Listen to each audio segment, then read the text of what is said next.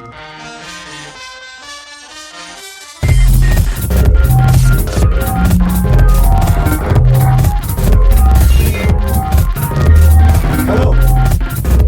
my name is Cornell Green, and I am the Failure Guy. Welcome to the podcast. On this episode of the Failure Guy podcast, my guest is Liz Dreyer. Liz, thank you for joining us, and welcome to the conversation. Thanks, Cornell. I'm really happy to be here today. Okay. Excited to talk. Yes, and I'm glad to have you here. Thank you so much for joining me early on this Saturday morning. Now, as I like to do in the beginning, I like to have my guests say a little bit about themselves because, of course, I've known you for quite a number of years, but the folks out there in podcast land do not. Full disclosure, folks, Liz and I have known each other for quite a while. We are associated. Now, you're not a STI alum, are you? No, I'm just married into the family. Yes, you're what do they say you do? STI tangentially. I am a STI, graduate of STI. I was in high school here in New York City, class of 1977, as is Liz's husband, Hernan Hernandez, who is also the president of our graduating class and instrumental in organizing our 35th and 40th reunion and creating a community on Facebook that has us all be together. I am connected with people I went to high school with that honestly I was not in contact with a lot of them in the intervening years from graduation until our 30th. And just so that you know, 2027 will be our 50th high school reunion. Yes, I'm that old, folks. But that's not what we're here to talk about. So before we get into the conversation, Liz, why don't you tell the folks out there in podcast a little bit about yourself? Yeah, it's interesting, as they say in Alice in Wonderland, it's a long and sad tale. I am actually a union stage manager, and so started as in theater all these years ago and was doing experimental theater and contemporary plays. So I've always been interested in process over performance. Mm-hmm. And the reason I start there is because that is what I'm always interested in is what is the process? What is the practice? How do we get to where we are? After I got out of graduate school, I went to the Yale School of Drama. A friend of mine and I started a company which eventually became a for-profit, not-for-profit hybrid, where we hired artists to do corporate work. And I'm sure we'll get into a lot of why I wanted to talk about that with you, Cornell. And when that collapsed in the financial disaster of 2008, 2009, at the age of 50, I went and got my first real job with a consulting company called EMC Arts, which works on adaptive change and experimentation, primarily in arts and culture organizations in North America, US and Canada. And since then, I have my own, when I went solo, I took all of that consulting, thinking about adaptive change and leadership, and also have been working with an equity lens for my clients, and they range from arts and culture organizations to social service agencies to a large cruise line to the U.S. Air Force Band. So my clients are varied and interesting, and all the same and all very different. It's been a really fascinating journey to get here. Okay. So that is a very short paragraph about how I got to where I'm sitting in this chair. So that is, that's quite a fact. I've got a little bit of vertigo here from just the whole roundabout nature of that, from the arts and an arts major, then getting into some really corporate type stuff, process management and equity lens. Of course, that's not typical artist jargon, and synthesizing these two, what some would consider disparate worlds, which I'm sure is going to be a lot of what we're going to be talking about today. Right. But that is quite a now, towards that end, how did you go from being an art major and getting into, I wouldn't say the fringe, but some of the periphery of art? You didn't go and try to go into Hollywood or go into mainstream kind of stuff. How do you get from there into the corporate level stuff? Well, interestingly, my business partner and playwright friend had been working in corporate consulting before we met in graduate school. So when we started the company and realized that we were incredibly bad at getting grants, like very unsuccessful, we decided we were going to make our own money. And my partner at that time had already been working in consulting. So we sat down and really thought about, actually, we went to the Museum of Natural History and had a retreat under the whale to think about how we wanted to structure a company and what were the unique skills that we could bring as artists to corporations. And we thought really hard about the way that we've been trained in storytelling. Right. And I mean, I think that's the through line for about it all. It's about what is the process, and whose story are we telling to whom? And I think that has never shifted for me from the time that I started at the age of 13 stage managing is what does this room need to be able to tell its story? And I don't think that varies whether I'm talking to SAP or IBM or the Museum of the City of New York. I mean, it really is like, who are we? Who are we in the world? What story do we want to tell? And who is the audience to whom we're speaking? Right. And the fascinating thing about what you just shared is that interesting. First of all, you talk about that you had your meeting under the whale. And as you know, that's, sort of jargon for a very large and generous donor. They tend to refer to them as whales. Also, people you have that term in poker games. And also, interesting enough, I'm a little bit of a techie, the fraction of people who spend most of the money on in-game purchases in video games are also referred to as whales. And secondly, and it makes sense once I hear you saying it out loud like that, grant writing, really, successful grant writing is successful storytelling. Yeah. Because really what you do is you're telling, here's the story of why you want to give us this money. It was really interesting because we were always really loved by our program officers at foundations. And then when it went to panel, they turned us down. We were probably about 10, 15 years ahead of our time. Wow. Because the experimental theater was working on the intersection of performance and digital technologies. So we were at the bleeding edge. We were using ISDN lines to do multinational. I know, really, ISDN. This was before that was in my pocket, It's the old joke in the tech field was ISDN. It still doesn't work. Right, exactly. Well, then you'll understand when I was doing a multinational video conference from New Haven to Moscow that we used every bit of bandwidth out of Russia. New Haven to Moscow. Yeah. We were working with the Moscow Art Theater at the time. Okay, yeah. And that's interesting. That, I mean, obviously, this is, September of 2024 as a time of recording, as they say in the podcast world. And, of course, the world is politically looking kind of, but yes, there's a lot of art that comes out of Russia. It's when we take the geopolitical mishigas out of it, we remember that there's art all over the world and so much art, so many, Rachmaninoff and Stravinsky and various other composers, and, of course, the Moscow Ballet, a lot of theater, poets like Pushkin. Oh, yeah. So it's easy, and I'm glad to be having this conversation to contextualize the fact that we're all human beings, and art is universal and ubiquitous, and that is the thing that unites us. That's part of the basis of my equity work, right? Is I'm small C Catholic in my taste, which are very broad and global. So I love Indian classical dance as much as I love rock and roll. And that's a whole system of music theory that's very different than Western music theory that we all think is music theory.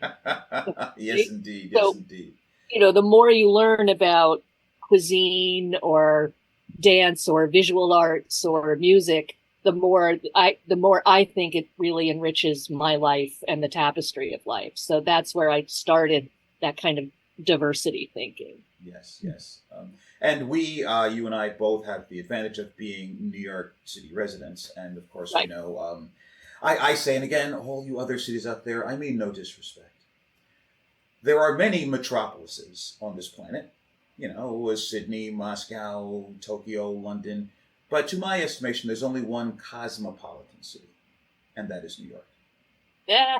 I say if aliens landed on Earth and they had only 24 hours to get the gist of humanity, you would send them to New York City and you would send them to Queens.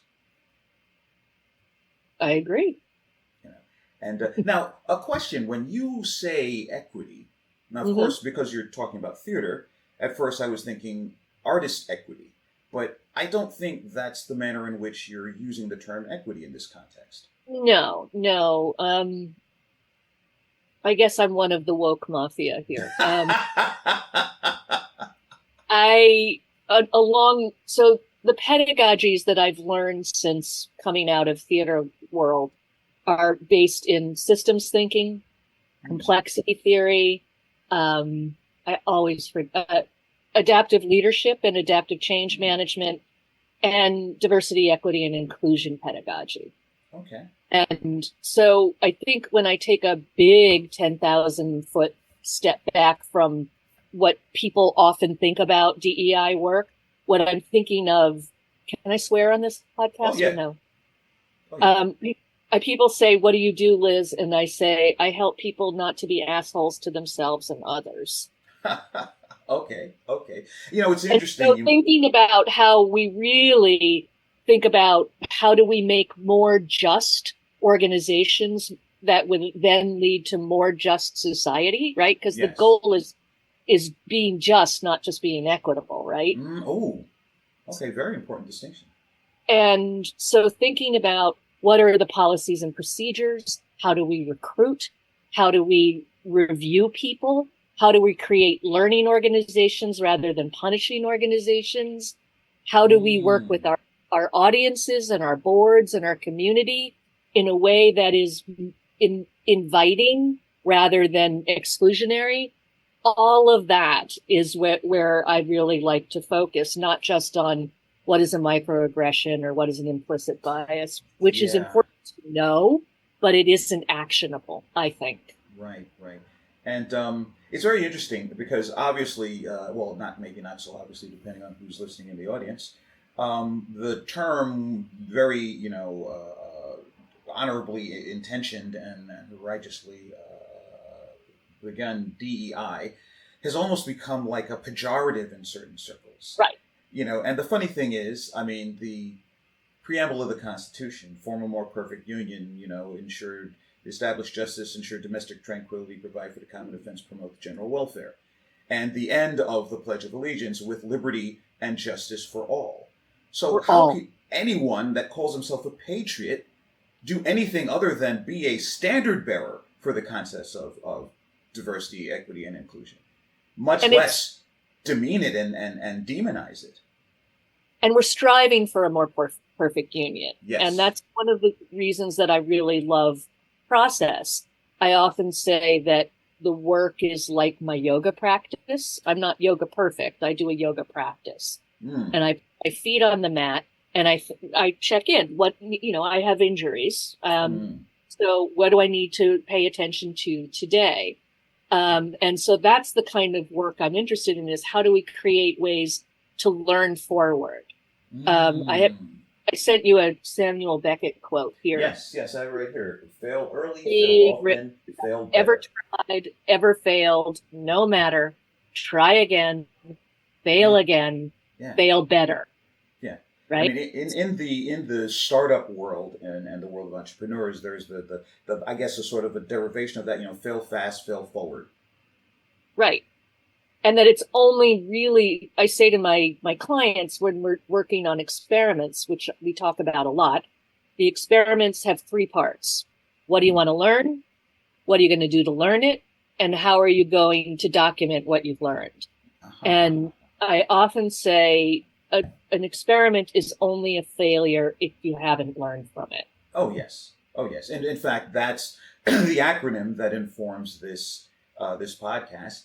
First attempts in learning using real experience.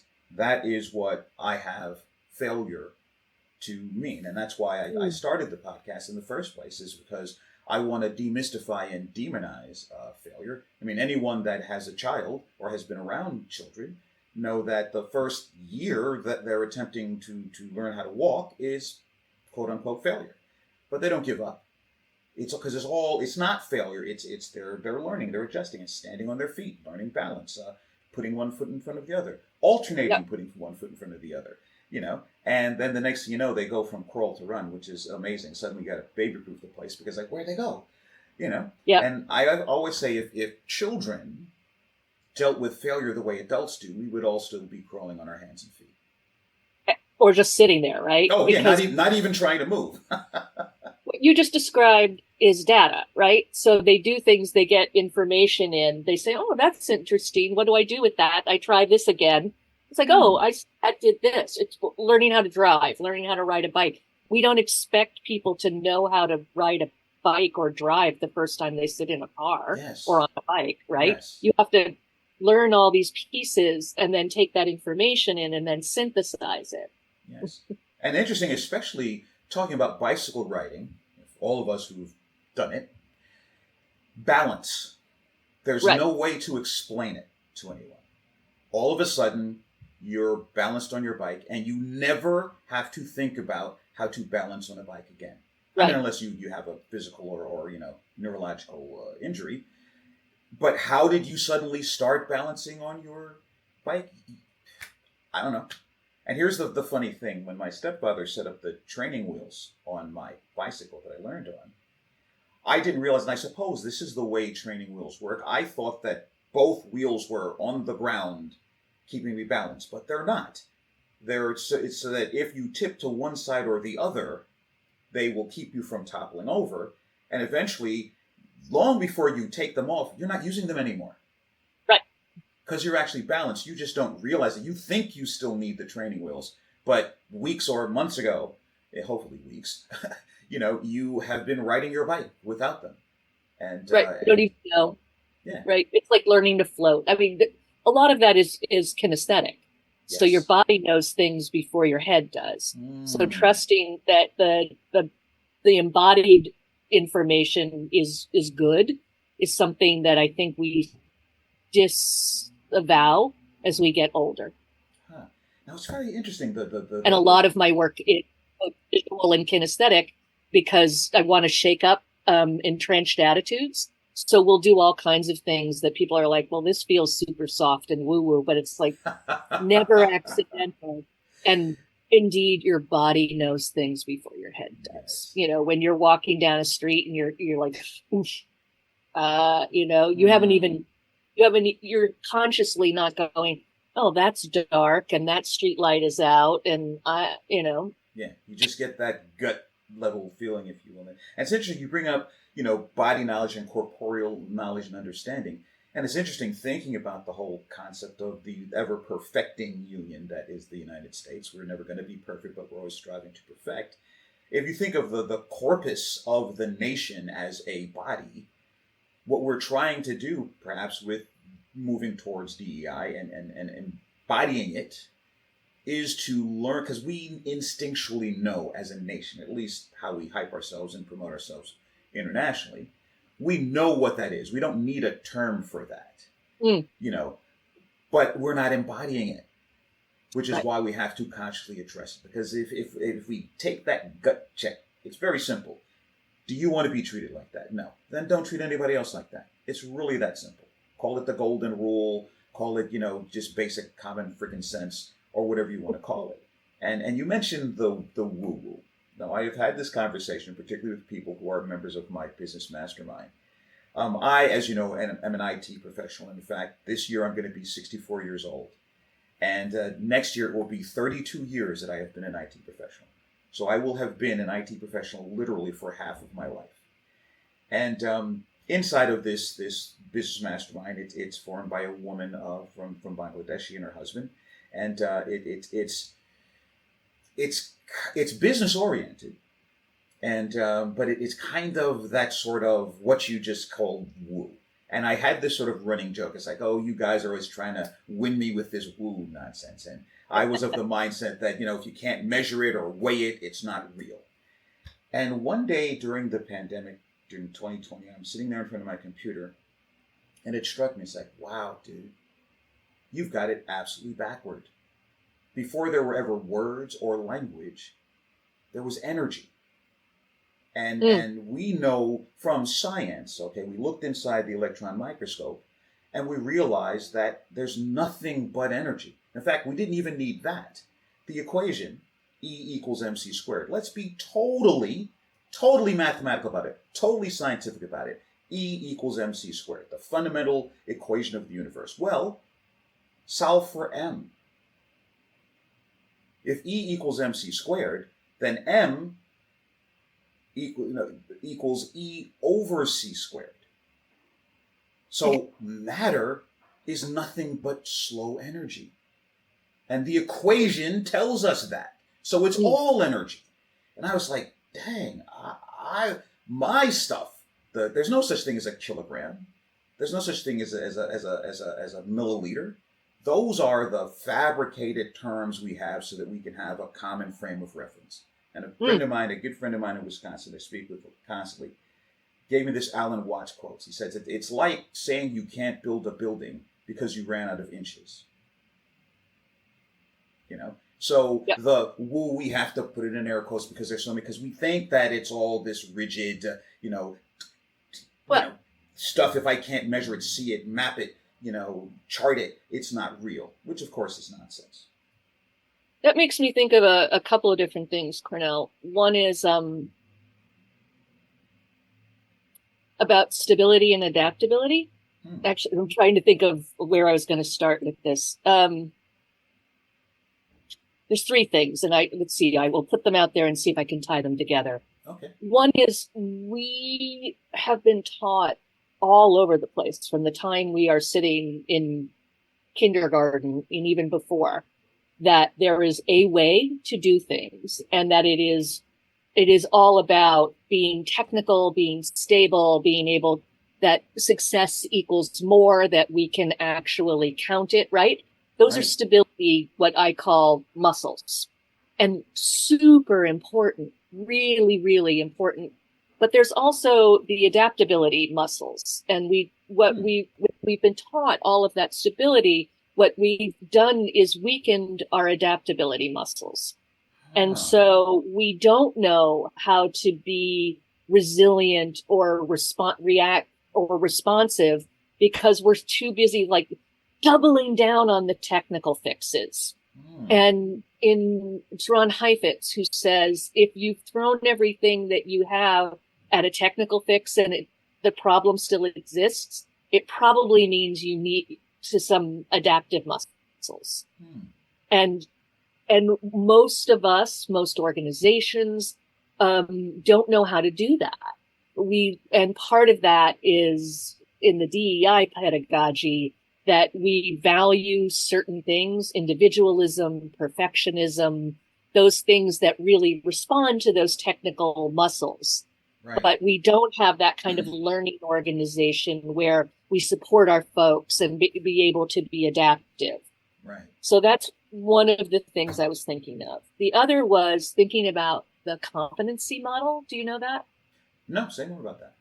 So I'm going to draw a slide. So consultants love slides, right? Yes. So when we're learning new things, we are what we call unconsciously incompetent. We don't know what we don't know. Right. And then as we start to learn anything, any new thing, we start to become consciously competent. And it's actually kind of overwhelming that we learn that there's so much we don't know. Right. And when we're working in that adaptive world, when we're working in complexity, we really need to lean into the discomfort of being consciously incompetent, because that's where the most learning happens. And then what we can do is we learn new things, learn new skills, learn together. We can move up into being, oh, sorry. No, sorry. The right hand box is consciously incompetent. Then we can move up to being consciously competent, Right. where we know what we know, Right. but we still have to think about it. It's like in your bicycle analogy, Right. or driving. Driving's the one that I really think about, because if I had to think about every time I got into a car, every single movement, every single action, every single move, I wouldn't be able to drive. Right. But I had to learn them all to become unconsciously competent. So when I get in a car, I've been driving since I was 16. I adjust my mirrors, I adjust my seat, and I'm off. Yeah. Right. I can think when I had a car accident, it changed my timing. I went back to being consciously competent, and I had to think about how I was going to jump onto the road again before I could, lanes, merging onto the highway. Yeah. Yeah. Before I had to move. Now I'm okay because it's been a while to move back into being unconsciously competent. What often happens, it's the same way where we double down on stability, is that we think we're going to go from unconsciously incompetent to being unconsciously competent. We skip the consciously competent phase. The steps, and then it messes us up because we aren't. We can't. That is not how learning happens.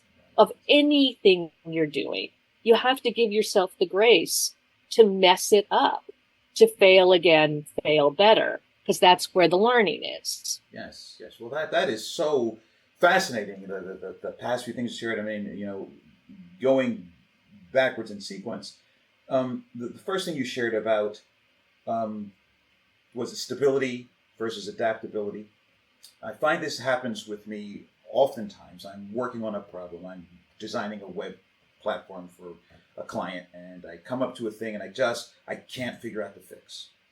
And something that I know from writing my first book, Do Business Better, Why Small Businesses Fail and How Not to, is that you get to a point when you're slogging away in a task where you deplete your dopamine level, almost to the point of neurological depression, and you're not going to grind through it anymore and be any clearer or more confident. And I've learned to tell myself the counterintuitive thing of just stop and go to bed. That's it. You're done. Time, call it a day. You're not going to figure it out right now. Stop. Don't even think about it. Just go to bed. And almost 100% of the time, I will wake up the next day, or I will wake up, eureka, there it is. And I'll climb out of bed and I'll go into my computer and there's a solution.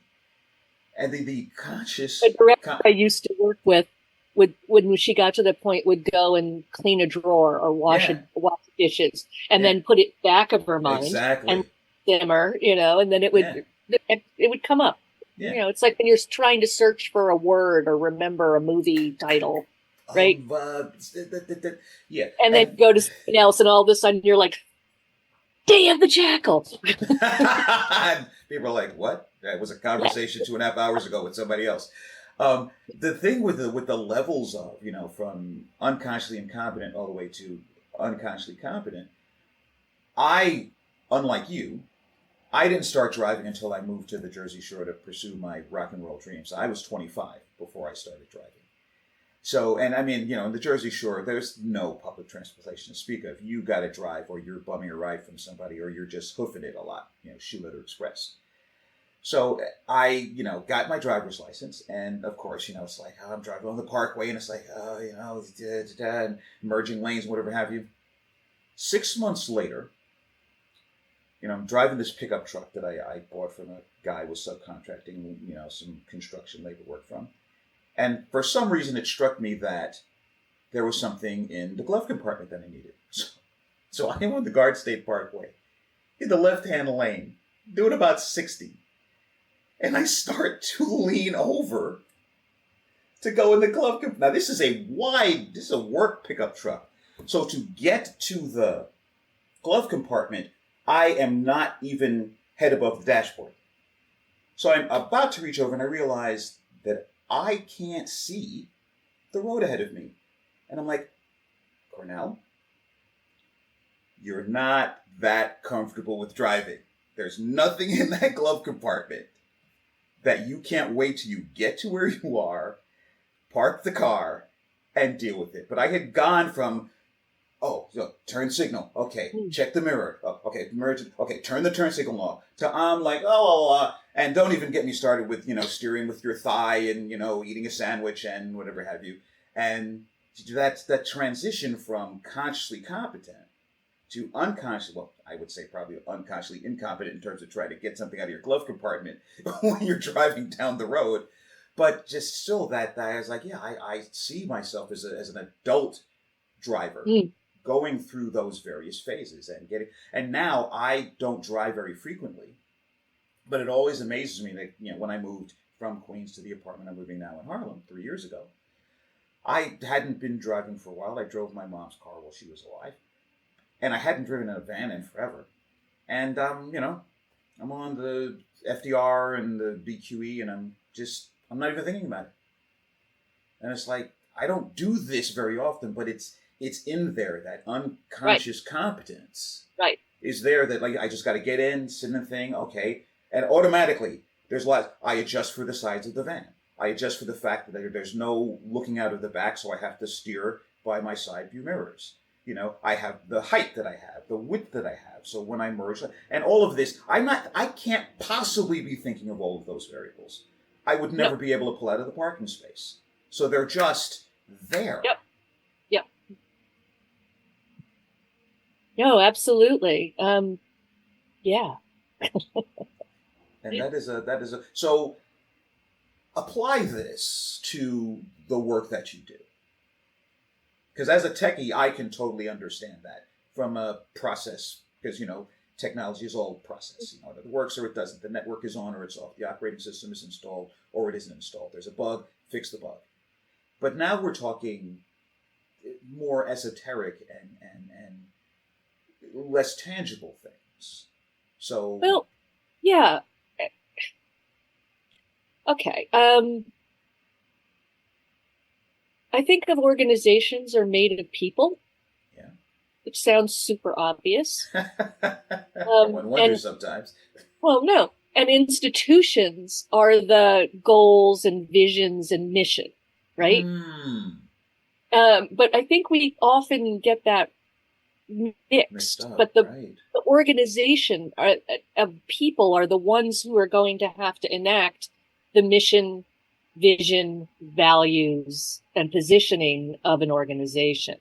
Right. So a lot of my work is about team dynamics and also thinking about, as I said, the stuff that isn't actually responding to those stability muscles, that technical fix. Right. And so that means really slowing down to go fast and reflecting and identifying some, what I often say, the stuff that didn't make it onto your strategic plan. It's super important, but is not urgent, perhaps. Right. Being able to identify that and break it down all the way down, if you've ever looked at the iceberg model, the mental model. So getting at the underlying assumptions and beliefs that are driving behaviors and structures. And then being able to design what I call small experiments with radical intent. So things that are safe to try, safe to fail, and doing these small experiments. And it can be as small as the CEO or the executive director doesn't run the staff meeting, that we pass that around in setting that agenda or seeing who gets to lean into a leadership role to model different ways of working and examining what were the reactions, the barriers, the opportunities, and being able to keep going. So failing forward and moving, I won't get into all of what complexity theory does. But being able to do these experiments and as a group, designing them as an institution. And usually what I try and do is either make it cross-departmental or ideally board and staff.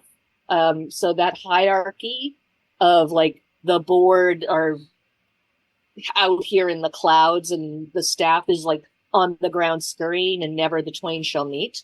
But they are still the people who are moving the mission, vision, values, and positioning of an organization forward.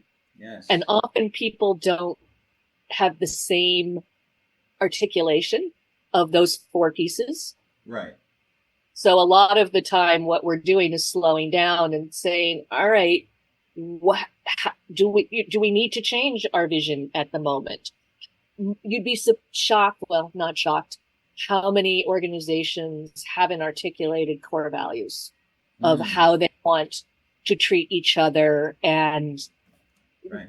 and others, right? Actually, I'd be surprised if there was anywhere close to preponderance of organizations that do. Right. And it sounds so basic because you had said we're going to treat each other the way we want to be treated. Well, that may be very different if you're 23 than if you're 63. And so being able to articulate that, have a shared vocabulary and say, all right, when I say professional, this is what I mean. Well, when I say professional, this is what I mean. Right. And this is what the organization needs to be able to move, the institution needs to be able to move forward. Right. And those can be very different and often taken for granted and not articulated with each other. Yes. So I provide the scaffolding to do that, to do those experiments, to learn forward. I often work with leadership who also have those inculcated, I have to be a heroic leader who knows everything. Right. And again, it goes back to story. What story are they telling themselves about what it is they're doing? Yeah. And so you have to be farther enough ahead of your folks to be able to move them with you, but you're still just a human. Yeah. And I often say I challenge the assumption that emotions and professional are two different things. It's interesting. It's a fundamental thesis of my second book that I'm currently working on now, that I'm calling Born Again Capitalist. The subtitle is Run a For-Profit Business Without Sacrificing Your Soul. And before I even get into the concept of it, the introductory concept that I'm going to open with is there's no such thing as work-life balance. Everything is life. It's like work-life balance. So what am I holding my breath when I go to work? Do I become a zombie? What are you talking about? Everything is my life. So it's a matter of do I have balance and stability in my life? Not am I? And also, if I position work against life, what am I saying? Are they opposed to each other? Are they at odds? That causes why a lot of people hate their jobs or suffer unnecessarily stress. Because, and part of it is the consequence of that kind of heroic top-down leadership, where you show up, you put your head above water and are whacked, right? Yeah. It's kind of beat out of you in many places to bring your authentic self, your whole self, your opinions. And so that's one of those structures and behaviors that I will look at with folks to say, I know you say you want a more equitable, more everybody to bring their whole selves, but let's talk about how meetings go. Let's talk about how decisions are made and communicated. Let's talk about how your office is set up. I mean, I walked in, where was I? I was in Houston. And I was working with an organization that was like, we are all in this together. And I walked into their office space and it was just cubicle farm. And I was like, you can't see each other. You don't have a large enough meeting space for all of you to sit down together. You don't take lunch at the same, you take lunch at your desks. Oof. I mean, there's just like all these things that say to me and say to you that you're not a sharing space. Right, you're just paying lip service. Now, you made a very fine distinction at the beginning of this segment of our conversation that I found really striking is the distinction between organizations and the institution. Yeah. And I was like, holy crap, that is right. The organization, I guess, is the active, live bunch of people. The institution is the framework, the etched in stone, the concept, the thing when they were founded 120 years ago, and so the organization is trying to implement institutional values, institutional goals and objectives, But if they don't realize that the organization is a living organism, and you know what? That might have been good for 120 years ago. Right. But maybe we need to look at what we think the institution we're operating in is now, in today. And we don't have to destroy the institution to restructure it and reframe it. Right. Exactly. I mean, exactly. I just did a piece of work with a museum here in the city, and they were reaching a milestone, and it was exactly that. What they were founded to do, where they are literally located in Manhattan, who they serve, what they want to do has shifted in the years since they were founded. And so getting that, the board members had some variation of ideas of who they were in the world. The staff had a totally different idea. And they were the people on the ground putting that into action.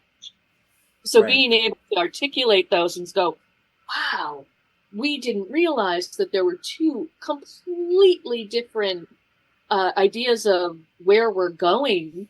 And that's really a problem. And so therefore you're butting heads about things that you don't even know how to articulate. Right.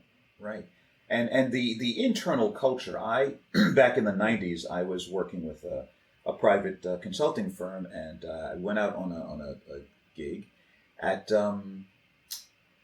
it was, where was I?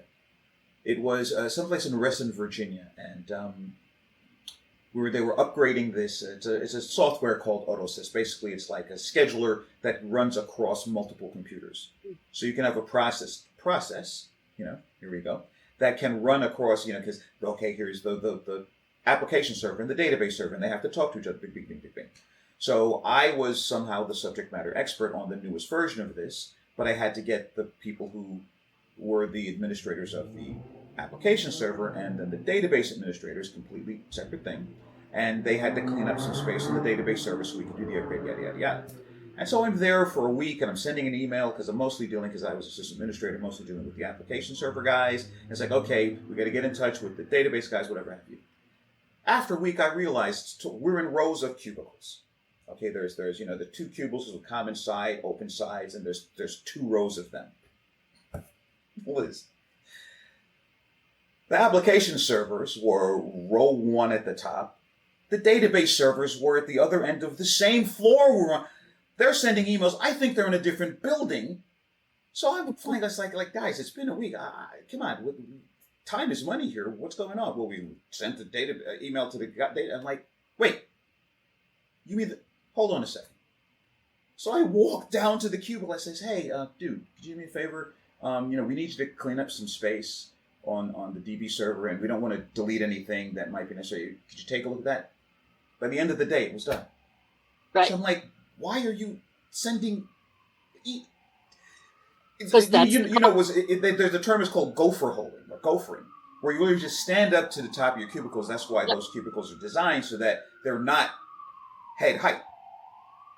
So you just stand up and say, "Hey, Fred, could you clean up some space on DB2?" Right. But there's you send the email, and then that's the process, and I couldn't possibly talk to the human being that I need the cooperation from. Yes, you can. I'm the outsider. Yep. The work that I did in my old company that we founded, so I want to go back to that. Yeah. The corporate work we did was doing exactly what you're talking about. That sales and marketing weren't even talking to each other. So a lot of the B2B work we did was about what is the story you want to tell? And are you telling the same story? Now, sales has one audience it's talking to. Marketing may have a different one. But do you know how to articulate that and be able to tell that story? One of the first gigs we did was at the Sydney Olympics with IBM. And we worked with a Marcom company who did what I call the Poconos experience. So they brought all these Fortune 5 executives to Sydney, and they went through the briefing center. And at that point, IBM was doing all the technology for the Olympics. except Okay. for timing devices. Hmm. And so the story was quite simple. If we can do this for 10,000 athletes in 10 days, we can do this for you. Yeah, And very simple so what message. it brought you in, you personalized you were going to become an athlete, you were going to race in something, you're going to Ah, see your data coming up to the AP. So it was, how do we tell that story to Fortune 5 execs who are from disparate right. industries, right? So that was fascinating to do, really, really interesting. Yeah. And what we had done was hire artists. I mean, this Oh, was a big social experiment we did. We were founded originally as a nonprofit theater, a 501c3 experimental theater. And talk about failing. We just could not get grants. It didn't happen. So as I said earlier, what we decided was we were going to make our own money. mm, Um, so all of our staff, with the exception of our accounting staff, mm. were artists Okay. and mostly experimental theater artists. And Okay. part of the retreat at the Whale was thinking about what kind of company did we want to run, Mm, and what was going to be the way that we brought in artists, knowing that they had different needs than coming, working 9 to 5 and going right. home. Right. So what we decided to do, talk about failing, was we decided we were going to do two things. We were going to let our staff bank overtime Mm, as comp time mm, on a 1-to-1 basis. mm. So if you worked, 50 hours in a week, you could bank 10 hours to go do a tech rehearsal. And at one point, one of my guys went on tour for 3 months because he had banked Okay. so much overtime. And the other thing we decided that was the only really fair thing to do was we paid for everybody's health insurance, Oh, 100%, okay. which is truly the fairest way to do it.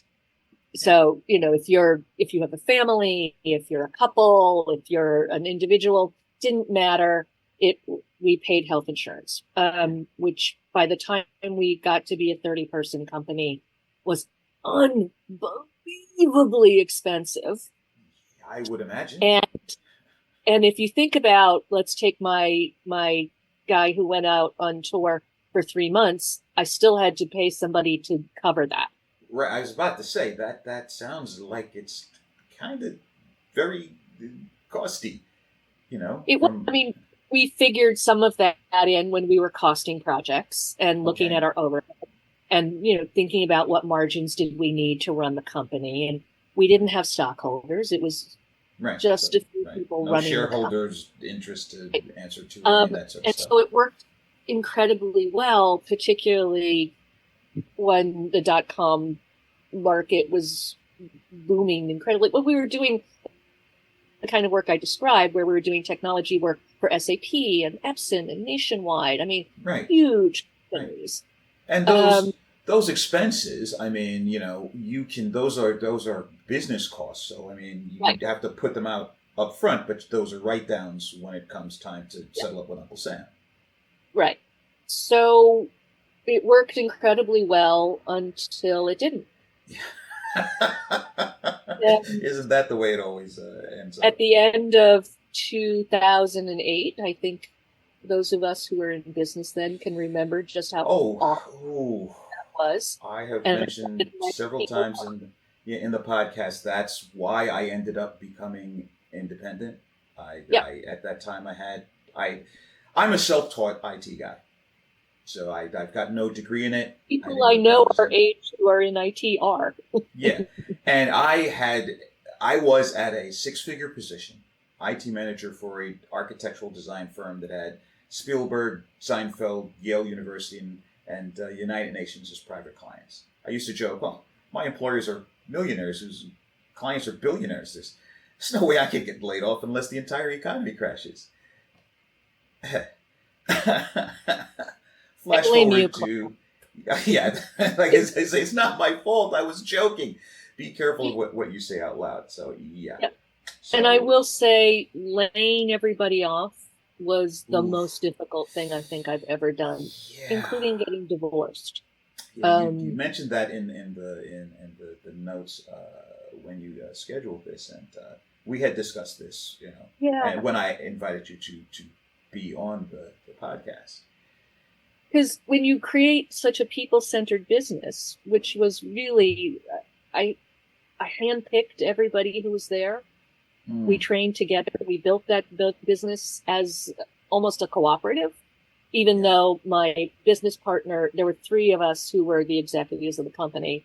Um, but I mean, they were an amazing group of people Yeah. who just did amazing work. And having to tell them at a time where I knew the economy was horrible, Yeah. and some of them had bought homes and had families based on the income that Wow. they And the got. projected future that they were gonna. Wow. It still just makes my stomach hurt and my heart hurt thinking about having to do that. Yeah. Now, could we have done? I mean, now that I am a leadership coach and I work with the kind of frameworks I work with, there are things that I realize we could have done more slowly, Yeah. and maybe eked out another year. But I don't. I mean, it's the same as the atmosphere right now. Um, Yeah. when I talk to consultants everywhere, it's like everybody has inhaled and haven't exhaled yet. So Yes. most people I know have had contracts postponed or canceled or put on hold. It was Yeah. the same in 2008. And it's just awful when that Yeah. happens, when you're in this kind of economy, when you're in this kind of worker in Yeah. this kind of economy. That experience that you described, full disclosure, is why I have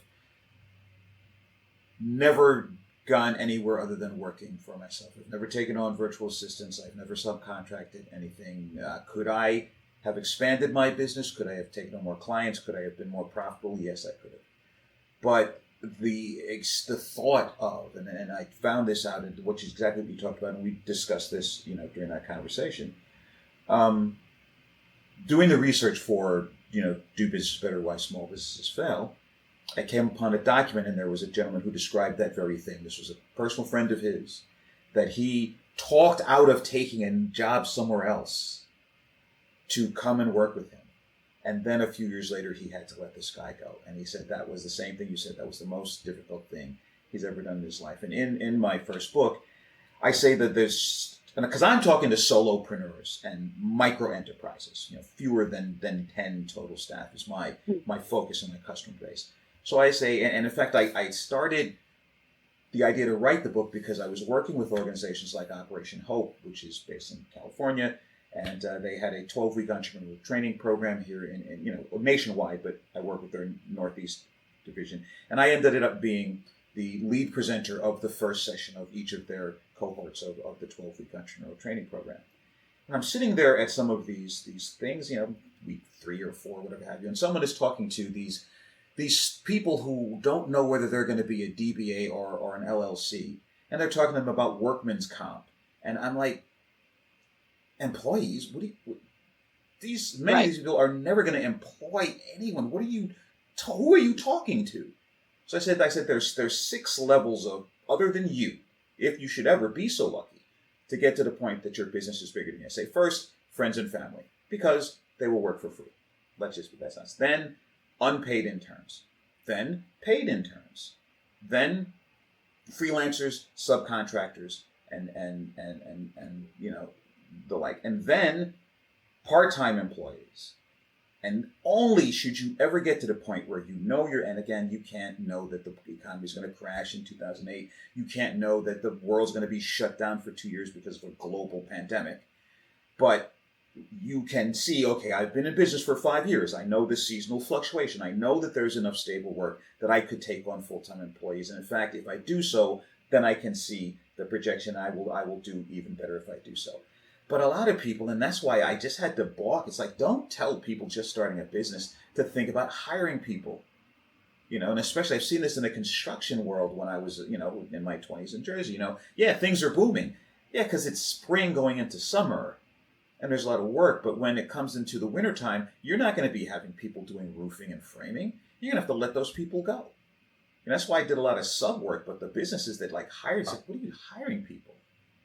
Especially you're just a startup. You don't know what your 1 year season to season cycle looks like, much less over. So why are you, and again, process management, Yep. Yep. But it's very fascinating stuff that, and I always love these conversations because I'm always challenged in my assumptions and the ways I think. Because to me, these are seemingly, to my way of thinking, disparate. There's the artsy, touchy-feely, experimental theater and whatever have you. And then there's the hardcore corporate, process management, executive training, organizational restructuring, whatever have you. And to imagine that the two of them not only merge, but actually have a quite natural synergy when you get down to it. And that's what I'm hearing in this conversation here. Oh, yeah. And I mean, one of the other sort of frameworks I think about is the capabilities of artists and the way that they can work with surprise, let's say. So if you're thinking about, like, watching my mother do a collage, for example, my mother is quite a talented collage artist, even at 93. Wow. And she doesn't know what she's going to make when she sits down. Wow. She has an idea. She has some pictures that she likes. And then she starts letting that speak to her. And so she's moving things around until it makes some sense in her head. But it's also part of what's talking to her as she's working. Right. And that capability of being able to lean into discomfort and ambiguity is something that when I think about adaptability, I think is really important. Or the interdependence of pieces, going back to collage, that one piece moves and the rest of it has to think about what is its impact on it, right? Yes. And so again, when we talk about people, the most complex social structure there is, any people relationship, right? They aren't linear. They aren't everybody from being in a 2-person relationship to being in a choir, family, a group, family, right? I'm doing because this is my symbol for complexity, where cause and effect impact each other. Artists are thinking about that all the time. If you're a contact improv dancer, if I move and touch you a certain way, your body is going to respond a certain way. And so they depend upon each other and have to build trust to be able to work together. Okay. As the kids say, I was today years old when I discovered there's such a thing as contact improv dancing. Contact improv is really amazing to watch because it is a form of dance where people are literally picking each other up or moving along each other. And so you have to be able to sense where somebody's coming. You have to be able to balance their weight. You need to be able to respond to them. It's like Tai Chi. And it is beautiful to watch and super hard to do. I'm trying to picture it in my head. I sort of I can see it being done. I can't see doing it. Right. Let's see if I can think of anybody who would probably. No, gone. So there's a number of these capabilities that artists have, that they have muscles, and people think of artists as having soft skills, and most, particularly independent artists I know, have to be business people and marketers, and they do all of that for just by themselves or with in a company. So I often say to folks, particularly when they're talking to their boards, boards will come into a nonprofit and think that they don't know how to run a business. And I'm like, it's just a different business with a different set of rules. Yeah. So the way that we report, the way we gain income, we have to think about that all the time. Yes. All the time. Yes. It Because isn't you have a that less predictable model, but it doesn't mean you don't have a model. right. Exactly. Yes, yes. Now, as we wrap things up here, I just want to address something that you put in the notes. You said that you were told that you're a great teacher and you need to make sure the people you're working with are the center rather than making teachable moments. So, Yeah, this is something where I try and fail again and fail better. So I am incredibly good in front of a room. I've been facilitating a long time now. And I had a client say to me that it said that exactly. I'm a great teacher, but I need to center the folks more. And she gave me, it was very helpful feedback. It was structured in exactly the way feedback is supposed to be, as opposed to you're not doing this right. She gave an example of what I was doing so that I could do it differently next time. So what I was doing was when somebody would say something, I would give them a story or I would level it up to like make that a teachable moment. Right. Okay. As opposed to be able to keep going with the room to say, for example, oh, Cornell said that. Liz, what do you think of that? Or does anybody else have something they want to add on to that? To really put it back to the participants as opposed to a teachable moment. Okay. And that's something that was actionable. It's something I can work on. And it was so clear a piece of feedback that I didn't get defensive. She did it exactly right. When this happened, I noticed this and I felt that, and I would like this to be different next time. It was perfect because I get super defensive when I ask for an answer. When I feel judged, I get super defensive and I can't hear the content underneath. Well, it's good to know that about yourself. And finally, I'd like to go back to something that we mentioned in the middle of the conversation. You're talking about creating small experiments where it's safe to fail. Yep. Say something about that as we close. Well, I think what we often... Oh, did I just unplug you? Are you still there? No, I'm still here. It's just my monitor went. Okay, there it goes. Okay.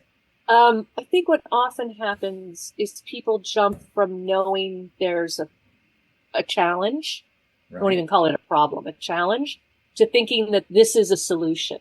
And they jump into huge things. Often clients will do a pilot program or build a whole new initiative before they even know whether that's going to address the challenge that they have. So breaking it really small.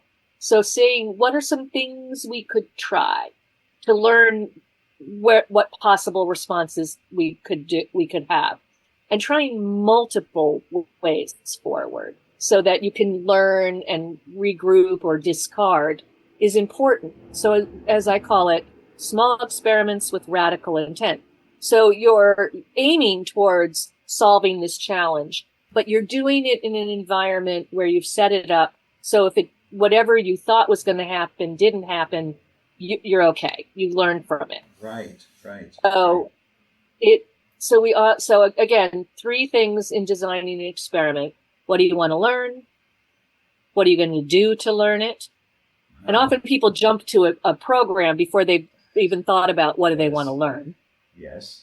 So what are you going to do, and how are you going to document what you've learned? Please say that again for the people in the cheap seats. How will you learn what you've learned? And that's not always quantitative. Yes. What are the indicators of success is the way I put it. So that can be people are using different language. That can be new people come in who've never been there before, even if it's only 3 people, right? Those indicators will relate to what do you want to learn. Yes. And when we talk about small experiments with radical intent, there's a couple of things that are the enabling constraints here. It requires some vulnerability or risk, because if you don't know how to do it, then it's not really an experiment with radical intent. Right. In designing a safe to fail place, it means that you have to have the capacity to carry it out.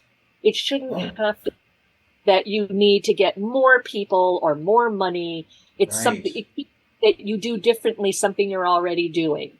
One of the experiments I loved, there was in a theater in St. Louis, I believe it was, and they were doing a play about undocumented folk.